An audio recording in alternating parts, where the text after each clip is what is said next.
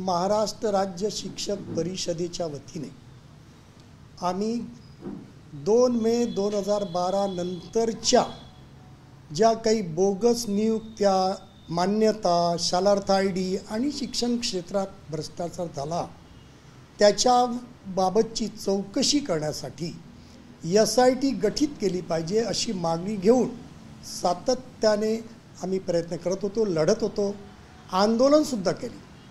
राज्यपाल महोदयांना अपील केलं, सभापती विधान परिषद यांनाही अपील केलं, शासनाकडे तर वारंवार विनंती अर्ज केले, परंतु टाळण्याचंच धोरण शासन या प्रश्नावर करत होतं.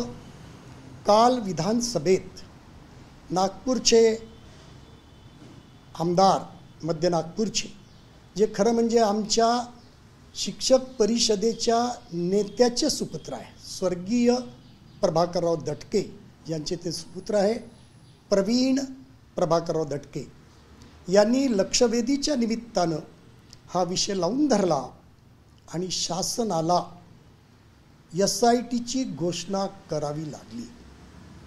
या प्रकरणात आमदार संदीप जोशी यांचंही मोठं योगदान आणि सहभाग आहे. या दोघांचेही वडील शिक्षक होते, दोघांच्याही वडिलांनी शिक्षक परिषदेमध्ये मोठं योगदान दिलेलं आहे. संदीप जोशीचे वडील तर शिक्षक आमदारही होते.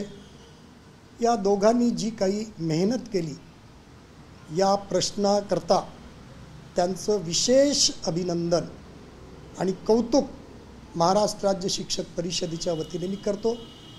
त्याचप्रमाणे आपल्या राज्याचे मुख्यमंत्री जे सौभाग्याने आपल्या नागपूरचे आहेत, त्यांना हा विषय भेटीमध्ये समजून सांगण्याचा प्रयत्न केला. आम्हाला खात्री होती की त्यांना विषय समजलेला आहे आणि योग्य वेळी ते या विषयाला न्याय देतील.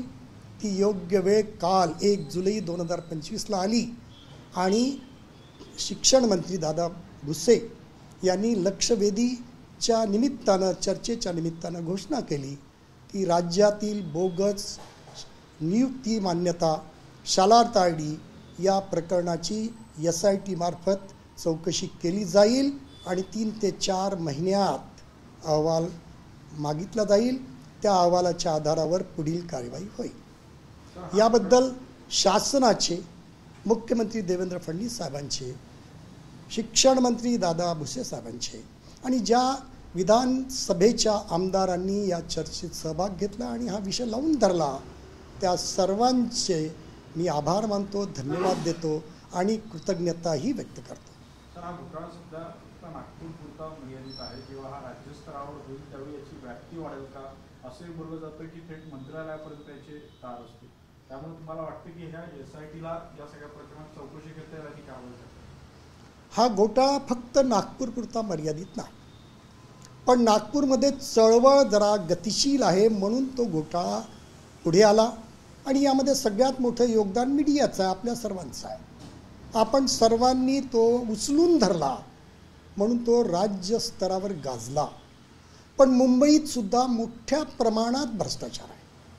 शालार्थ ID आणि बोगस नियुक्ती मान्यताच्या 1000पेक्षा जास्त प्रकरणं एकट्या मुंबईत आहे अशी आमची माहिती.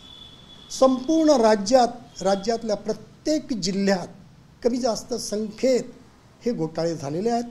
त्यामुळे हा घोटाळा राज्यव्यापी आहे आणि या राज्यव्यापी घोटाळ्याची चौकशी SITने योग्य प्रकारे करावी. SITला आम्ही आमच्या वतीने एक निवेदन देऊ आणि कोणकोणत्या मुद्द्यावर त्यांनी चौकशी करता लक्ष घालावं याबद्दल सुद्धा त्यांना आम्ही विनंती करू. SIT मध्ये तुम्ही सहभागी व्हाल का किंवा कोण SIT मध्ये असणार पाहिजे? नाही, SIT मध्ये तर तज्ज्ञच असले पाहिजे, IAS कॅडरचा व्यक्ती असला पाहिजे, पोलीस डिपार्टमेंटचा असला पाहिजे, शिक्षण विभागाचा असला पाहिजे आणि कायदेशीर बाजू मांडणारा असला पाहिजे. आम्हाला त्यामध्ये घेणं, अशी मागणी करणं म्हणजे पक्षपात केल्यासारखा होईल आणि म्हणून निपक्षपाती चौकशी ही झाली पाहिजे, गुणात्मक चौकशी झाली पाहिजे, सत्य बाहेर आलं पाहिजे. जो कोणी दोषी असेल त्याला सेंट्रल जेलमध्ये पाठवल्या गेलंच पाहिजे. पण हे करत असताना प्रामाणिक माणूस फसणार नाही. प्रामाणिक माणसाला शिक्षा होणार नाही, तो बळीचा बकरा बनणार नाही, याचीही काळजी या निमित्तानं घेणं गरजेचं आहे.